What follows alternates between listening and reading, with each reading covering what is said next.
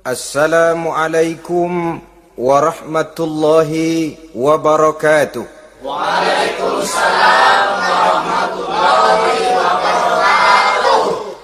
Alhamdulillahi wahdah, sadaqa wa'dah, wa nasara abdah, wa a'azza jundah. Wassalatu wassalamu ala man la nabiyya ba'dah, wa ala alihi wa sahbihi wa mawalah. La hawla wa la quwwata illa billah, amma ba'du. Saudara-saudara kaum muslimin rahimakumullah, seperti kita maklum bahwa Allah subhanahu wa ta'ala menciptakan manusia dan jin untuk melaksanakan ibadah kepadanya. Manusia yang ingkar terhadap perintah ini dinamakan dengan orang-orang kafir.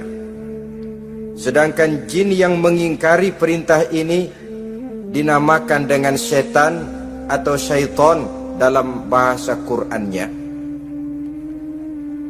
Kemudian dalam perkembangannya, jin-jin yang kafir yang dinamakan setan ini bersekongkol dan menjadi bala tentaranya iblis untuk menggelincirkan manusia dengan berbagai macam cara dan jalan dari hal-hal yang diridhoi oleh Allah subhanahu wa ta'ala. Adapun yang namanya iblis, pada hakikatnya cuma satu saja, yaitu yang ingkar kepada perintah Allah untuk sujud kepada Nabi Adam alaihi salam. Iblis inilah kemudian yang menjadi sesepuh, raja, biang atau dedengkotnya para setan. Seluruhnya akan tunduk kepada komando iblis, akan taat dan setia kepada perintah iblis untuk mencari teman yang sebanyak-banyaknya guna menemani mereka di neraka nanti. Maka mereka pun melakukan satu proklamasi yang bisa kita baca dalam surah Al-A'raf ayat 16 dan 17, di mana iblis dengan tegas menyatakan, qala fa bima aghwaytani la aq'udanna lahum siratakal mustaqim. Wahai Allah, kata iblis, dari sebab engkau telah menghukum saya, dari sebab engkau telah mengusir saya dari surga, maka saya berjanji akan menipu, akan menggelincirkan mereka, Adam dan keturunannya, dari jalanmu yang lurus. Apa jalan yang lurus? Tidak lain Islam ini. Dengan segala cara dan jalan, iblis dan bala tentaranya akan berusaha menggelincirkan manusia dari jalan yang lurus. Caranya bagaimana? Ayat ke-17 menjawab, "Tsumma la'atiyannahum min ba'di aydihim." Akan kami datangi mereka, akan kami goda mereka dari arah sebelah depan. Kalau cara itu tidak kena, wa min khalfihim, kami goda mereka dari sebelah belakang. Andai kata cara itu pun tidak mempan, wa an aimanihim, dari arah sebelah kanan. Kalaupun itu gagal, wa an syama'ilihim, kami akan datang dari arah sebelah kiri. Pendeknya, dari 4 penjuru angin, iblis dan seluruh bala tentaranya yang bernama setan belum akan puas sebelum kita tergelincir dari jalan yang lurus yang diridhoi oleh Allah subhanahu wa ta'ala. Sebagian ahli tafsir menjelaskan bahwa jika iblis menggoda dari arah depan, yang dimaksud dari depan ini adalah dunia, sehingga manusia menjadikan dunia sebagai tujuan akhir dari seluruh kegiatan hidupnya. Ia pergi pagi, pulang sore, peras keringat, banting tulang, tidak ada yang dikejar kecuali dunia, dan cuma untuk kepentingan dunia. Dunia yang membuat orang berpaling daripada akhirat, dunia yang membuat orang lupa kepada tujuan penciptaannya. Maka dunia termasuk perangkap iblis. Apa isi dunia?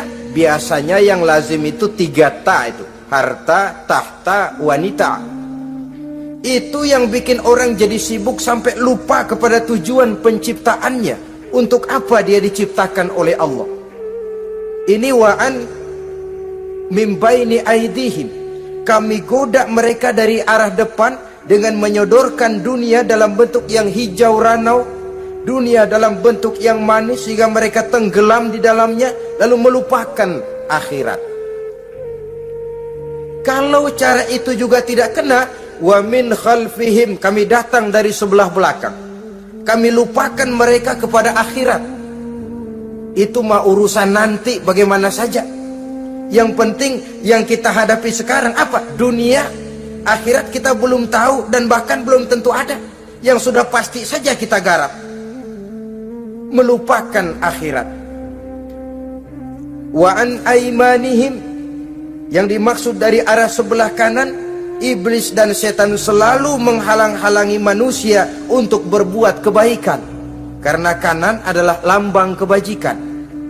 Sedangkan ansama ilihim, kiri adalah lambang kejahatan. Dicegahnya kita berbuat kebajikan dan dibisikannya kita untuk selalu melakukan kejahatan dan kemunkaran. Wala tajidu aktsarahum syakirin, dan akan kamu dapati sedikit sekali di antara manusia yang bersyukur atas nikmat yang telah engkau berikan kepada mereka. Ditanamkan rasa ingkar kepada nikmat. Jika kita tidak kufur iman, dibuatnya kufur nikmat. Mengeluh padahal hidup sudah serba cukup, merasa masih sangat kurang padahal orang lain sudah titik air liurnya melihat keadaan kita. Sedikit sekali di antara mereka yang pandai bersyukur kepada nikmat yang telah engkau berikan itu, ya Allah. Jadi untuk ingkar nikmat, bisikan selalu datang dari iblis. Coba lihat itu, temanmu yang tidak pernah sholat rezekinya lancar, kamu berhenti saja sholat. Yang tidak pernah ke masjid pangkatnya naik terus, udah berhenti aja ke masjid. Atau setidak-tidaknya mengeluh dalam hati, Tuhan kayaknya tidak adil, kenapa saya rajin sholat kok rezeki seret bener. Padahal pada dasarnya kalau kita mau berpikir dalam bentuk yang paling mendasar, Allah selalu memberikan yang terbaik untuk kita. Jika begini keadaan kita, inilah yang terbaik buat kita menurut pertimbangan Allah. Jika kita menuntut lebih lagi, mungkin dengan keadaan yang lebih itu kita bisa tergelincir, dan Allah lebih tahu itu. Sebagai pencipta manusia, Allah lebih tahu tentang kemungkinan-kemungkinan yang bisa didapat dan dicapai oleh manusia. Bahasa ringannya, rezeki lu segini aja deh, lu jadi rajin sholat. Kalau rezeki lu melebihan jadi orang kaya dikit, nanti ngelihat masjid minggir. Allah selalu memberikan yang terbaik kepada kita. Saudara-saudara kaum muslimin, adapun iblis dan setan sudah menyadari betul bahwa iblis dan setan tempatnya di akhirat nanti jelas neraka. Itu mereka sudah sadari betul. Maka yang mereka kepengen sekarang, bagaimana mencari teman sebanyak-banyaknya untuk menemani mereka di neraka nanti. Nah, inilah yang menyebabkan mereka berjibaku betul. Bahkan ada satu riwayat itu, ada waktu-waktu tertentu di mana para setan ini laporan kepada iblis. Kalau ada yang laporan gagal, bukan main marahnya si iblis ini selaku komandan. Kata setan, Pak, saya gagal menggoda si fulan karena imannya kuat. Goblok kamu. Dengan apa kamu goda dia? Dengan kedudukan. Dia tidak mau. Tempuh dengan jalan lain, barangkali dengan harta. Kalau dengan harta tidak bisa, barangkali dengan wanita. Kalau dengan wanita tidak bisa, tempuh segala macam cara. Dan mereka yang laporannya enak, artinya berhasil menggoda banyak orang-orang beriman, itu kondisinya naik. Bahkan mendapat semacam piagam penghargaan sebagai kadar militan daripada iblis. Nah, mereka berusaha dengan segala macam cara mengumpulkan teman sebanyak-banyaknya Kalau mereka sendiri sudah tahu pasti, sadar nasib saya di akhirat nanti pasti masuk neraka, diazab dan disiksa oleh Allah. Cuma saya begini ini lantaran ulahnya Nabi Adam dulu. Maka anak-anak cucu Nabi Adam harus menjadi teman-teman saya sebanyak-banyaknya guna menemani saya di dalam neraka. Oleh karena itu, pada kesempatan pertemuan saat ini kita akan membicarakan siapa sih teman-teman setan itu. Diriwayatkan dari Wahab bin Munabbih bahwa pada satu hari iblis diperintahkan oleh Allah untuk datang kepada baginda Rasulullah sallallahu alaihi wasallam dan menjawab segala pertanyaan yang diajukan oleh baginda Nabi. Datang iblis dalam bentuk orang tua pakai tongkat. Jadi iblis itu bisa malih warna, dia termasuk jenis makhluk halus toh, seperti halnya jin dan malaikat, itu bisa malih warna sesuai dengan yang mereka kehendaki. Ketika datang, baginda Nabi bertanya, "Man anta?" Siapa kamu? Dia jawab, "Ana iblis." Saya iblis. Jujur. "Limadza ji'ta?" Mau apa kamu datang kemari? Kata baginda Nabi. Dijawab oleh iblis, "Innallaha amaroni an atika wa ujibaka an kulli ma sa'altani." Allah memerintahkan saya untuk datang kepadamu dan menjawab segala pertanyaan yang engkau ajukan kepada saya. Nah, atas pernyataan ini baginda Rasul kemudian bertanya dengan dua pertanyaan. Pertanyaan pertama, iblis, "Kam ikhwanuka min ummati?" Ada berapa sih teman-temanmu dari golongan umatku? Dari golongan umatku, umat Islam ini, bukan orang lain. Kalau orang kafir sih sudah jelas, itu memang CS-nya iblis. Tapi dari umatku, siapa saja yang jadi teman-teman kamu iblis? Menjadi antekmu, menjadi alatmu sejak dari dunia sampai ke neraka nanti. Atas pertanyaan ini iblis menjawab, "Teman-teman saya dari golongan umatmu ya Muhammad, asyarun, ada 10 orang. Ada 10 orang yang merupakan teman-teman iblis dari dunia sampai ke neraka." Siapa mereka? Pertama kata iblis, "Teman saya hakimun jair." Hakim yang curang, hakim yang tidak adil. Ini bisa dimaklumi. Kenapa? Karena hakim diharapkan adalah produk keadilan.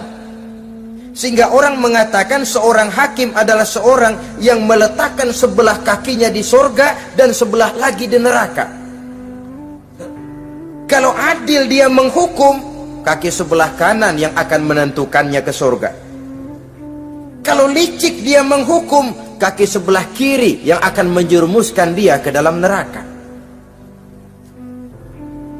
Saudara-saudara kaum muslimin rahimakumullah, sesungguhnya dalam kehidupan kurangnya sandang pangan bukan satunya-satunya sebab yang membuat orang menderita.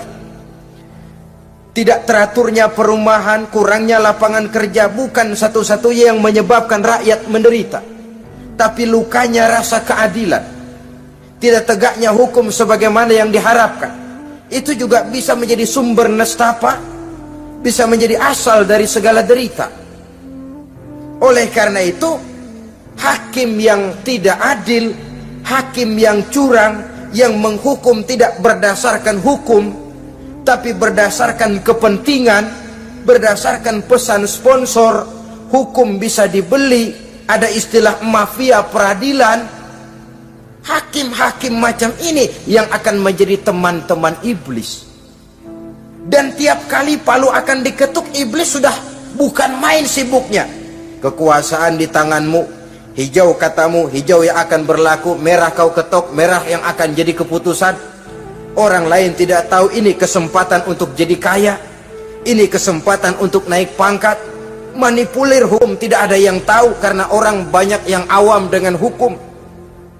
Saudara-saudara kaum muslimin, kalau hukum sudah bisa dibeli, atau kalau hukum cuma untuk orang-orang kecil saja, ada kelompok-kelompok yang kebal hukum, maka akan timbullah kiamat di masyarakat, di mana yang kuat makin kuat, yang lemah selalu menjadi mangsa.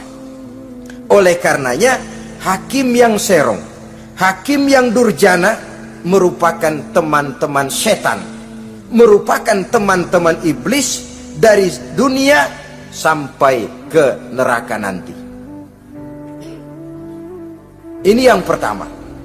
Oleh karenanya, pada dasarnya setiap kita adalah hakim. Untuk keluarga, dalam pergaulan, hendaklah adil di dalam memutuskan segala sesuatu. Lebih-lebih hakim yang memang menjadi pengayom masyarakat.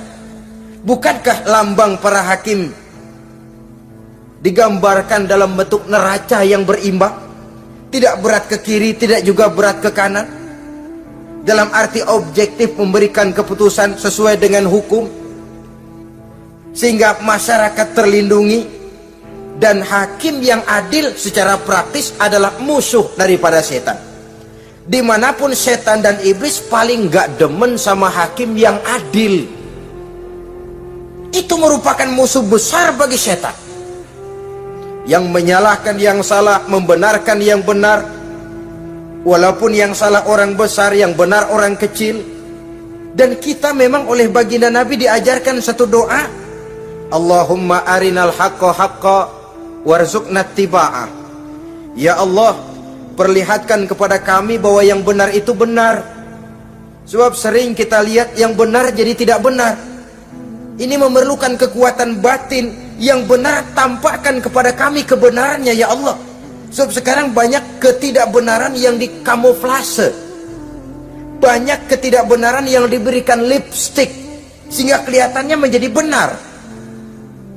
Ini baik doa ini saya pikir dibaca oleh para hakim. Allahumma arinal haqqa haqqa. Ya Allah, perlihatkan kepada saya bahwa yang benar itu benar. Dan tidak cuma sekedar itu, warzuqni tiba'ah. Berikan kekuatan kepada saya untuk mengikuti kebenaran itu. Sebab kadang-kadang terjadi juga dia tahu yang benar itu benar, tapi tidak punya keberanian moral untuk mengatakan bahwa itu benar. Dia tahu itu barang yang hak, tapi tidak terpanggil mengikuti yang hak, tidak punya kekuatan moral untuk mengikutinya. Lalu doa ini pun disambung, wa arinal batila batilan warzuqna ijtinaba. Wahai Allah, perlihatkan kepada kami bahwa yang batil adalah batil, bahwa yang salah adalah salah, bahwa yang munkar adalah munkar. Berikan kepada kami kekuatan untuk menjauhi yang munkar, yang batil, yang zalim. Saudara-saudara kaum muslimin rahimakumullah, kita sering mencaci kaum pelacur sebagai sampah masyarakat. Tapi sadarkah kita bahwa pelacuran di bidang hukum, pelacuran di bidang intelektual, kadang-kadang pelacuran di bidang agama, dalam arti menjual ayat untuk membela yang salah dan menekan yang benar, ini juga tidak kalah bahayanya dengan prostitusi, pelacur-pelacur yang kita anggap sebagai sampah daripada kehidupan masyarakat itu. Oleh karenanya, maka hakim yang adil merupakan musuh utama daripada iblis dan setan. Mereka akan sibuk sekali kalau seorang hakim sudah berketetapan untuk melahirkan keputusan hukum yang seadil-adilnya. Ini yang pertama, teman setan adalah hakim yang nyeleweng, yang tidak adil. Yang kedua, teman saya, kata iblis, ghaniyun mutakabbir, orang kaya yang sombong. Orang kaya sombong itu teman setan. Orang miskin sombong itu lebih temen lagi tuh. Sebab ini sudah kelewatan. Kalau orang kaya sombong barangkali masih lumayan lah, memang kaya. Tapi kalau sudah miskin sombong, minta ampun.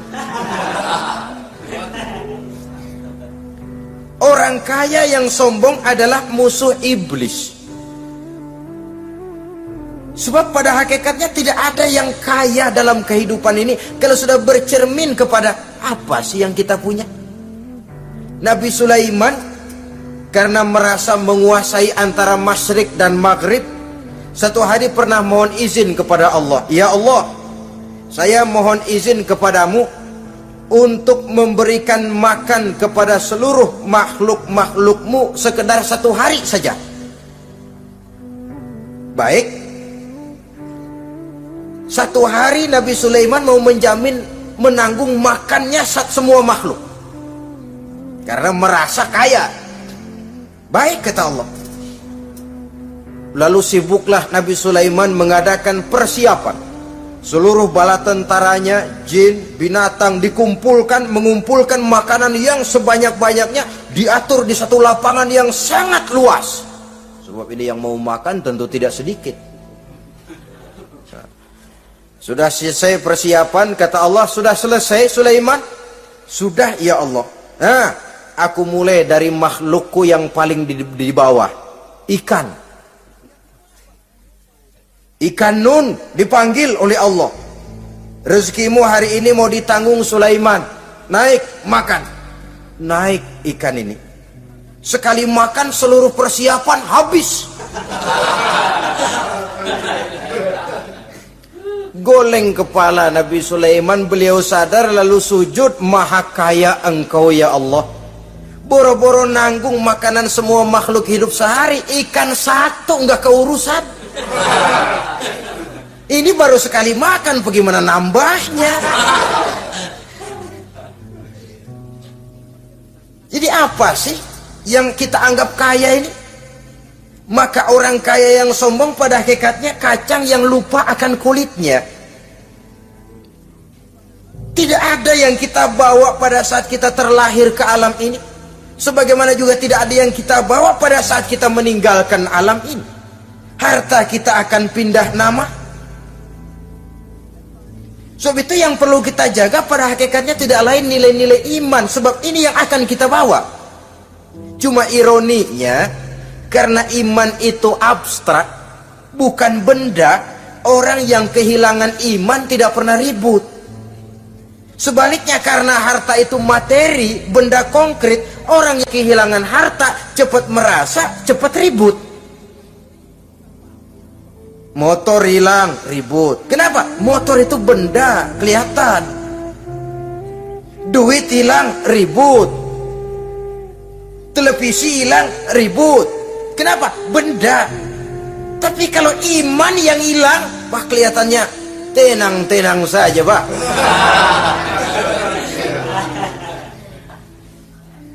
Padahal ini usaha iblis, bagaimana orang kehilangan iman menjadi kafir, masuk grup dia untuk menemani dia di dalam neraka nanti.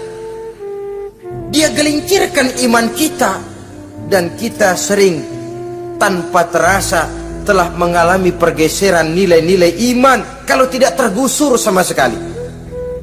Cuma saya katakan tadi, oleh karena iman ini bukan benda, orang yang kehilangan iman kurang begitu merasa, padahal ini yang paling berharga. Sebab ini yang akan kita bawa menghadap Allah. Orang itu kalau sudah yakhruju minad dunya bighairi iman, keluar dari dunia, meninggalkan dunia dan seluruh isinya, kembali menghadap Allah dengan tidak membawa iman, tempatnya jelas sudah. Itu yang paling kita khawatir.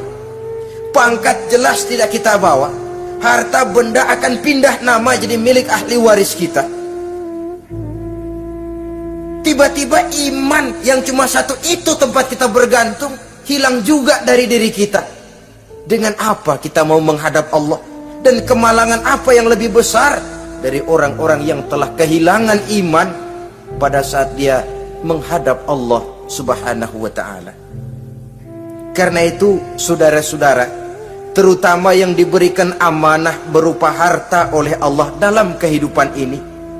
Bersyukurlah kalau saudara diberikan kepercayaan oleh Allah untuk menyalurkan rezeki kepada orang lain. Seperti keran yang nyimpen air tapi tidak untuk dirinya, disalurkan kepada yang memerlukannya. Rezeki dia cuma lewat tangan saya. Rezeki dia cuma lewat tangan saya. Berbahagialah orang kalau dipercayai Allah untuk menyalurkan rezeki kepada orang lain. Artinya agen. Yang ditunjuk jadi agen Allah, kok nggak bangga? Kalau sudah kemari cara berpikir, insya Allah rasa bakhil bin pelit alias medit bin koret. Itu insya Allah nggak ada. Kan kadang kita berpikir, yang nyari duit gue setengah mati, lu datang-datang mau minta aja pala lu. Kan itu toh kadang-kadang cara kita berpikir. Ya boleh jadi lalu terasa berat. Tapi kalau kembali kepada kesadaran, barangkali alhamdulillah rezeki dia cuma lewat tangan saya. Kalau saya nggak ngasih dia, barangkali nggak semudah ini saya dapat rezeki. Allah mudahkan rezeki saya karena saya sering membantu orang-orang yang memang memerlukannya. Andai kata saya nggak membantu mereka, belum tentu rezeki selancar ini. Tidak lalu enak aja, peras keringat gua banting tulang, pergi pagi pulang sore, lu datang-datang nada aja.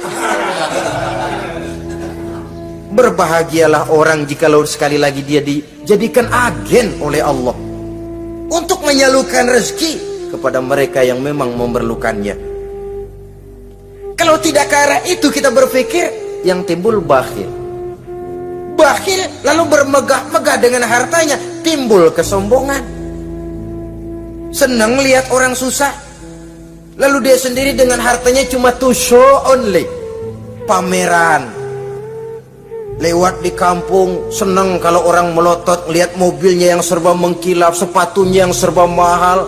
Senang kalau wah, semua gaya hidupnya serba jet set, wah, wah, wah. Senang betul kalau melihat orang sudah serba bengong lihat keadaan dia. Timbul takaburnya, sombongnya, ngenyek kepada yang lain. Maka orang kaya yang sombong, teman iblis, teman setan. Setan senang betul. Sebaliknya secara praktis, orang kaya yang rendah hati adalah musuh iblis. Saudara-saudara kaum muslimin rahimakumullah, lain memang kalau kita diberikan ilmu di akhirat nanti, pertanyaan cuma satu, ilmumu kau amalkan untuk apa? Kalau kita diberikan umur panjang, pertanyaan akhirat satu saja, umurmu kau habiskan di mana? Tapi kalau sudah harta diberikan kepada kita, pertanyaan akhirat dua, min aina iktasabahu wa fima anfaqahu. Hartamu kau dapat dari mana, kau belanjakan kemana? Depan belakang ditanya. Yang ketiga, teman iblis itu tajirun khain, pedagang yang berkhianat, baik kepada sesama teman pedagangnya karena ingin lebih maju dari yang lain. Terjadi persaingan yang tidak sehat di berbagai bidang bisnis, ataupun kepada para pembelinya dengan mengatakan barang yang baik adalah barang yang tidak baik menjadi baik. Sebab pada dasarnya apabila kaum pengusaha sudah berkhianat, akan timbul kegoncangan ekonomi. Dan kegoncangan ekonomi dampaknya adalah melahirkan kelas-kelas kemiskinan. Kemiskinan merupakan satu perangkap iblis. Biasanya orang kalau udah melarat, udah dekat banget sama kafir. Kalau tidak dilatar belakangi oleh nilai iman yang kuat, udah melarat, udah dekat benar dah sama kafir. Apalagi iblis ini menggodanya pandai dia. Kepada orang miskin dia datang dengan bujukan materi. Kepada yang cukup hartanya dia datang dengan bisikan lain. Pendeknya iblis dan setan itu ibarat tukang joget, dia ngerti betul irama kendang.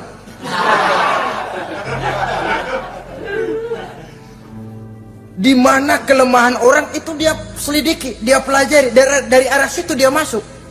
Dan secara strategi perang, iblis dan setan ini posisinya memang lebih menguntungkan daripada kita. Kenapa? Dia melihat kita, kita mah nggak lihat dia. Dia bisa pelajari kebiasaan dan kecenderungan kita. Kita nggak tahu kadang-kadang kelemahan kita. Dari arah itu dia masuk. Posisi dan strateginya lebih menguntungkan daripada kita. Saudara-saudara kaum muslimin rahimakumullah, bila ekonomi sudah goncang, terjadi penimbunan barang, terjadi spekulasi harga, timbullah kegoncangan sosial. Dan dikala itu setan dan iblis pesta. Dia merasa perangkapnya berhasil. Persaingan-persaingan yang tidak jujur, yang pada dasarnya akhirnya bukan cuma merusak sistem ekonomi, tapi juga mempengaruhi hasil kerjaan.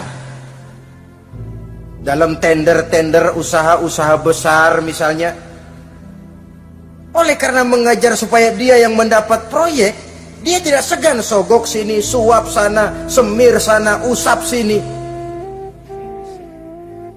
Tinggal untungnya sedikit dan dia harus dapat untung besar. Akhirnya apa? Proyek yang dikerjakan cuma asal sekedar jadi. Tidak seperti standar yang ditetapkan lagi. Juga tidak merupakan kesalahan yang sepenuhnya harus dibebankan kepada dia. Kesalahan yang merupakan siklus, mata rantai, sudah lingkaran setan. Itulah sebabnya sering saya ungkapkan, kalau manusia sudah jadi teman setan, lebih buas daripada bajing. Karena bajing cuma makan kelapa, tapi bajingan udah apa saja dimakan. Sudah jadi teman-teman iblis, tidak ngerti halal haram, hak dan batil. Ini kepentingan pribadi apa kepentingan orang banyak, yang penting sikat saja. Jadi yang ketiga ini targetnya memang kekacauan ekonomi, yang kemelaratan, kemiskinan merupakan tangga untuk sampai kepada kekafiran. Dan iblis tahu betul itu.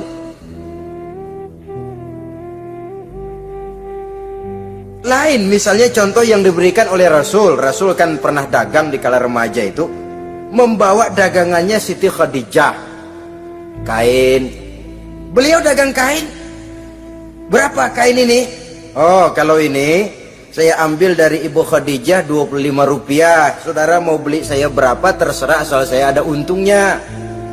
Dan kalau modalnya 25, betul-betul beliau udah bilang 25. Jujur.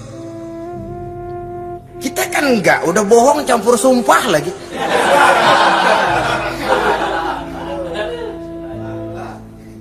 Ini yang ketiga. Yang keempat, teman-teman setan, teman-teman iblis, syaribul khamr, orang yang minum arak, pemabuk, itu teman setan. Bahkan divonis tidak beriman orang yang pada saat meninggal dunia di dalam perutnya itu masih ada khamr. Tidak beriman divonis. Jadi dalam satu pesta di mana disediakan minuman-minuman keras, iblis itu sudah masang perangkap. Dan bila minuman itu dihampiri orang, dia mulai senang, wajahnya berseri-seri. Kalau minuman dituang ke gelas, dia tepuk tangan. Bila minuman mulai mengalir ke tenggorokan, dia jijimprakan iblis. Girang bukan main.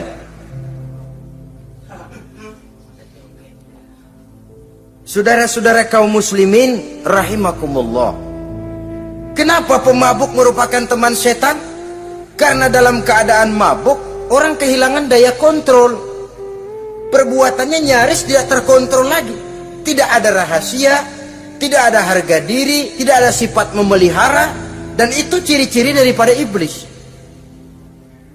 Syaribul khamr, orang yang suka meminum minuman keras.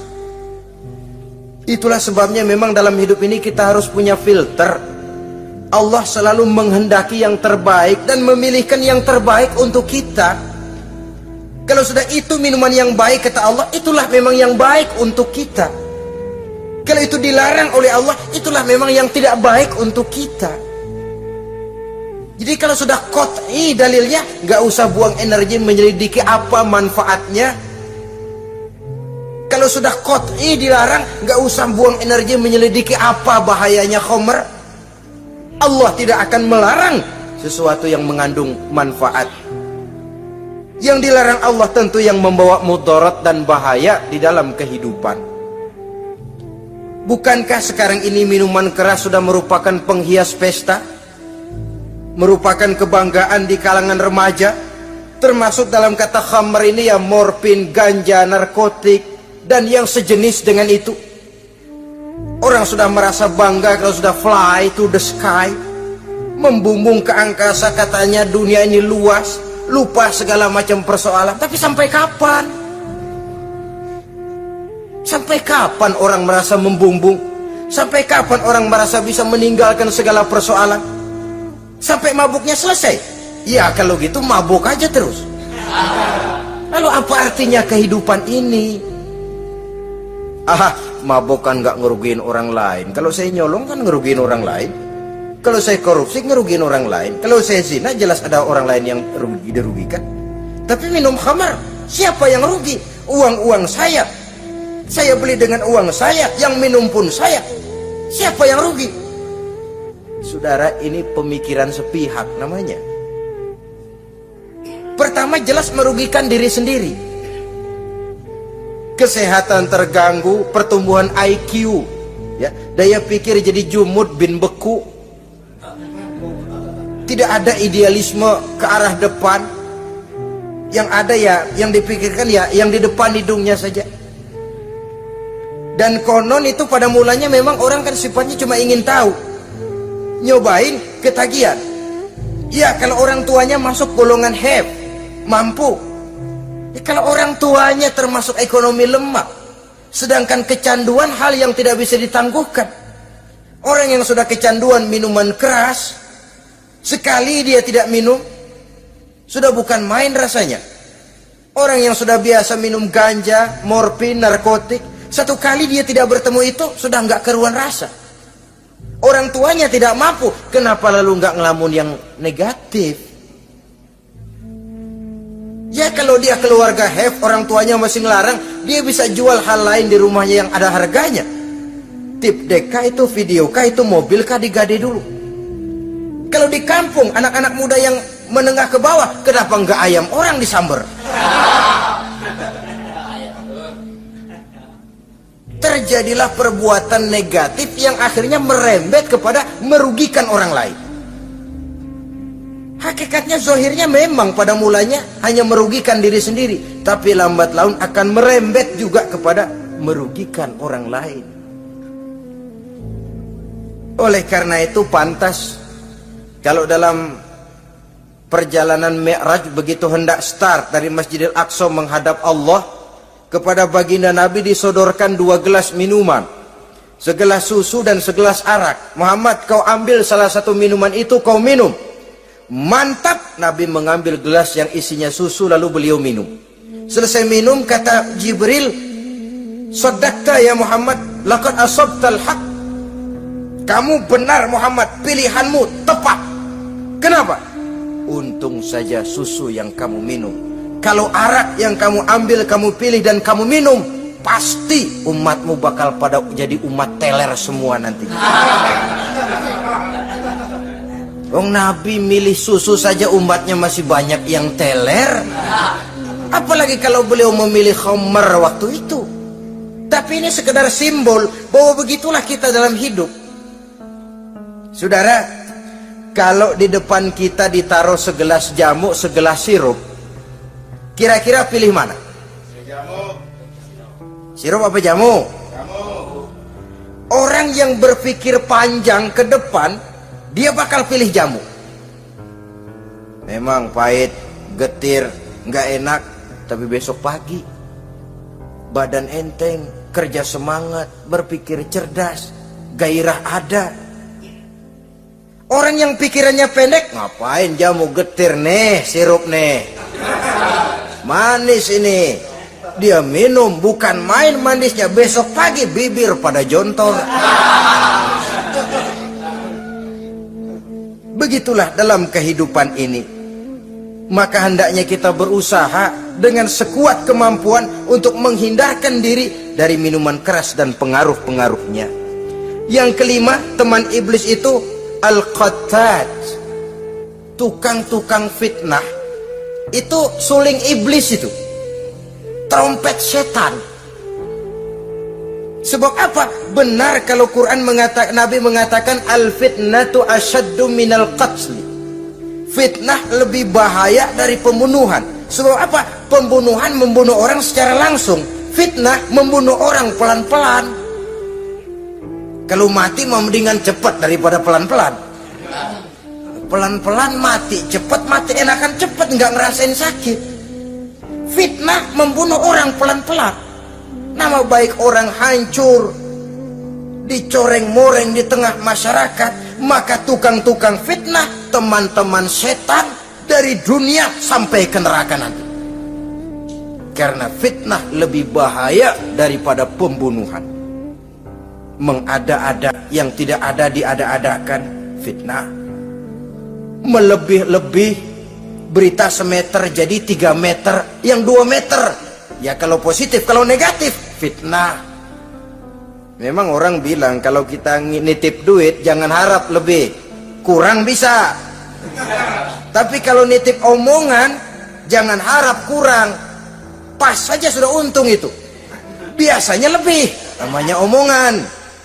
1 meter jadi 2 meter, 2 meter jadi 3 meter. Itu sifat dari yang namanya omongan. Kita kirim uang, udah gak bakalan lebih dah. Ini nitip uang sama saya 50.000, tambahin 10.000, langka yang berpikir begitu. Kurang malah bisa. Enak aja nitip, gua kan kemarin pakai ongkos, hitung transport misalnya. Tapi kalau sudah nitip omongan, pas saja sudah untung loh. Biasanya malah lebih. Fitnah pernah melanda Nabi Zakaria. Fitnah pernah melanda Habil dan Qabil. Fitnah pernah melanda Nabi Ibrahim. Fitnah bahkan pernah melanda kehidupan baginda Rasulullah Sallallahu Alaihi Wasallam. Dalam peristiwa yang lazim kita kenal dengan hadisul ifki, bagaimana gosip pun sempat mengguncang rumah tangga kehidupan baginda Nabi. Sehingga pantas kalau beliau sendiri mengatakan al-fitnatu asyaddu minal qatl. Fitnah itu lebih bahaya daripada pembunuhan, karena fitnah membunuh orang secara pelan-pelan. Saudara-saudara kaum muslimin rahimakumullah, lidah tidak bertulang. Shaghirul jirmi azimul jurmi, kecil bentuknya tapi besar akibatnya. Kalau kita luka karena silet 2-3 hari boleh sembuh, tapi luka karena lidah seumur hidup kita ingat. Asal lihat orangnya ingat, nih dia nih yang ngomong kagak enak banget, gua tandain dah.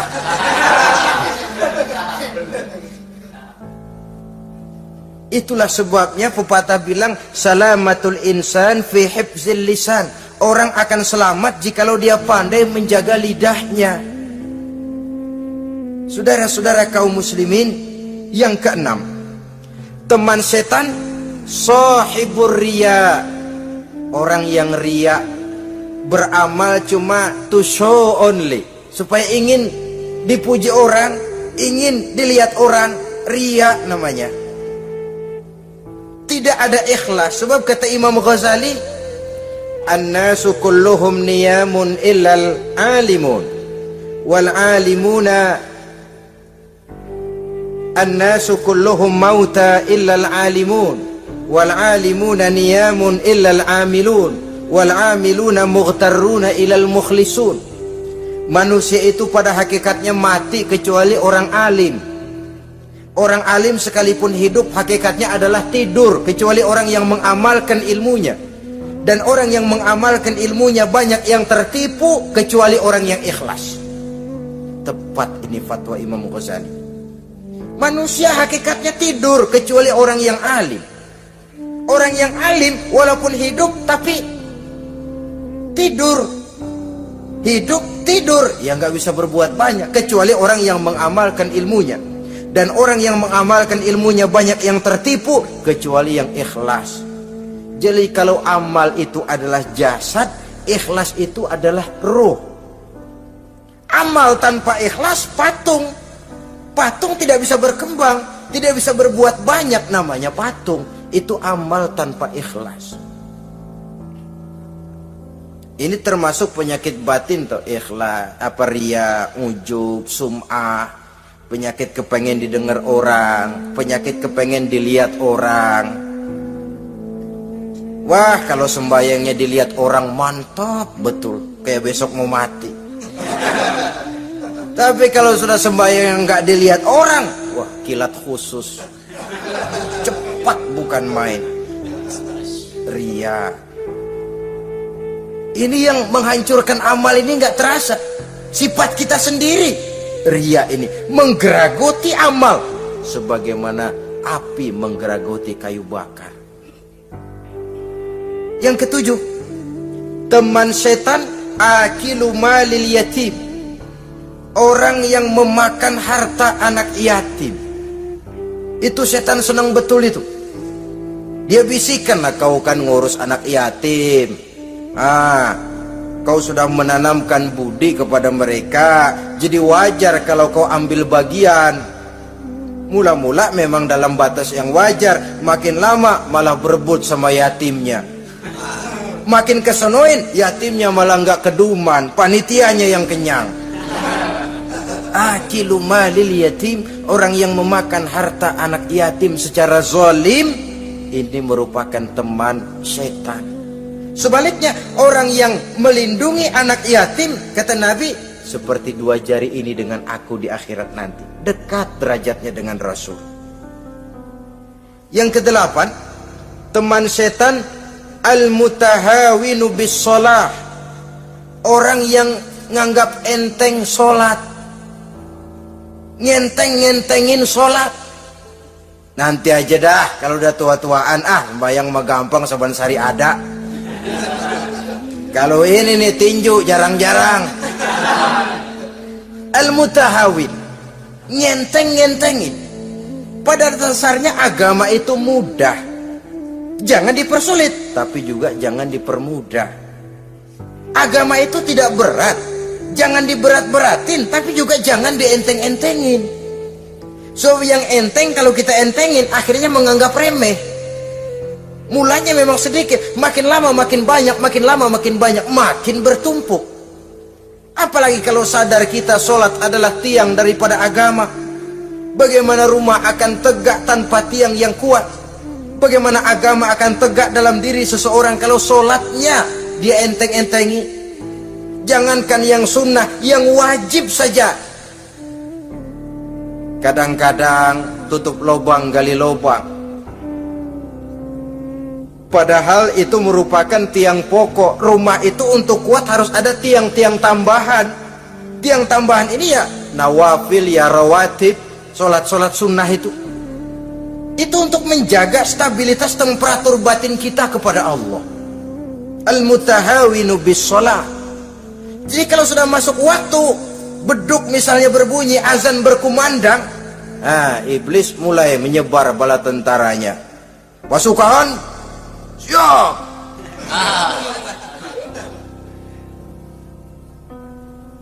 Kama yang dagang dia bisikin, sedang enaknya lo dagang, beli lagi banyak-banyak, sembahyang mah ada besok. Sama yang kerja, jangan ditinggal ini kerjaan, tanggung, sembahyang masih ada besok. Saudara-saudara kaum muslimin rahimakumullah, andai kata kita berhasil, kita tinggalkan kesibukan, lalu kita pergi sholat, apa iblis diam? Setan tenang? Tidak, masih dia bisiki kita. Iya, kalau mau sembahyang ya sembahyang, cuman buruan udah. Nah, yang mau belanja, yang menunggu, bukan main. Sampai rukuk kita tidak sempurna, bacaan kita semrawut, sujud kita tidak lengkap, sholat juga, tapi disitulah masuk iblis. Atau kalau itu kita berhasil cegah, rukuk tertib, ada tumak ninah, sujud bagus, iblis masuk lagi. Wah, memang sembahyang kamu mantap. Orang lain gak ada yang sembahyang kayak kamu. Yang timbul apa? Ujub. Sombong kepada diri sendiri. Begitu rapi sembahyang, lo ya pada kagak sembahyang apaan lo? Gua nih. Itu sudah perangkap iblis. Jadi lewat segala macam cara dan jalan, kepada yang ibadahnya bagus ditanamkan rasa ujub. Kepada yang mau berusaha bagus ditanamkan sifat was-was, buru-buru. Saudara-saudara kaum muslimin, ini yang ke-8. Yang ke-9, mani'uz zakah. Orang yang enggan membayar zakat itu teman setan. Gak ada urusan sama zakat. Sayang-sayang harta dizakatin. Saudara-saudara, padahal zakat itu kata Nabi, zakku amwalakum biz zakat. Bersihkan hartamu dengan zakat. Jadi barangkali bercampur harta itu dengan sedikit yang tidak baik, bercampur dengan yang kotor. Zakat itu membersihkan yang lain. Kita misalnya dalam satu kelas punya murid 40 orang, 42 orang, ada 2 orang yang bandel, nggak ketulungan. Sudah segala macam cara kita perbaiki, nggak juga berhasil. Ini kan kalau nggak diatasi kan mempengaruhi yang teman-teman yang 40 orang. Untuk menyelamatkan yang 40 ini, nggak apa-apa yang 2 keluarin. Bikin pemecatan. Anak saudara kami sudah tidak sanggup lagi mengajar. Dengan ini kami berhentikan dari sekolah yang kami pimpin untuk menyelamatkan teman-teman yang lebih banyak. Mengeluarkan yang 2 untuk menyelamatkan yang 40. So kalau tidak ini nanti ngerembet, yang 40 ngikut jadi ngeres. Itu juga harta. Zakat untuk membersihkan yang masih tersisa. Yang terakhir yang ke-10, teman setan, musuh, teman iblis, man yutilul amal. Orang yang terlalu panjang angan-angan, penghitung bintang di langit, yang hidup cuma ngitung jikalau. Wiridannya cuma jikalau.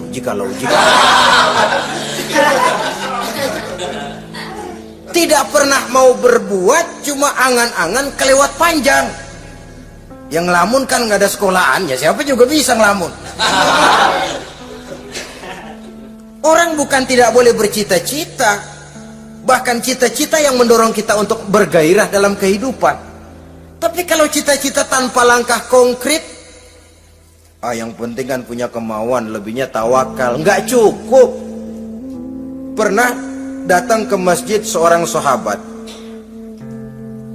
Begitu sampai dia turun dari onta, langsung menghadap baginda Nabi. Nabi tanya, ontamu udah diikat belum? Belum ya Rasul. Kenapa? Saya tawakal kepada Allah. Tuh orang diomelin sama Nabi. Ikat dulu, habis gitu baru tawakal. Betul toh. Ikat dulu tuh onta, lebihnya baru tawakal. Kalau udah diikat masih lari juga, itu tawakal. Lah belum diikat udah tawakal. Orang yang terlalu panjang angan-angan, yang akhirnya kalau tidak merusak cara berpikirnya, akan mendorong dia kepada perbuatan yang negatif untuk mewujudkan angan-angannya itu. Macam misalnya ya, pakaian kepengen bagus, harta mau banyak, usaha ogah, kerja capek sedikit tidak mau, kepengen seperti orang-orang, lalu ngelamun. Kalau tidak jadi gila, ya merusak perbuatannya. Kan berapa banyak orang yang kepengen kaya gagal lalu jadi sableng. Kertas koran ditumpukin, dikantongin, dia kira gepokan duit. Hawanya duit udah banyak aja. Tulul amal, terlalu panjang angan-angan. Nah, saudara-saudara, kalau kita sudah tahu itulah teman-teman setan, teman-teman iblis, mari kita berusaha jangan termasuk salah satu di antara 10 orang yang menjadi teman-teman iblis ini. Lalu cara untuk mengatasinya bagaimana? Imam Al-Ghazali rahimahullah memberikan tuntunan. Pertama, untuk mengatasi perangkap setan, jangan sampai kita termasuk salah satu teman setan, zikrullah. Banyak ingat kepada Allah. Sebab Nabi bersabda, inna zikrullahi ta'ala fi janbi syaitan kal akillati fi janbi ibni Adam. Sesungguhnya zikrullah, zikir kepada Allah itu dapat menyakiti setan sebagaimana penyakit menyakiti lambung anak Adam. Jadi setan itu akan kurus kalau kita hantam pakai zikrullah.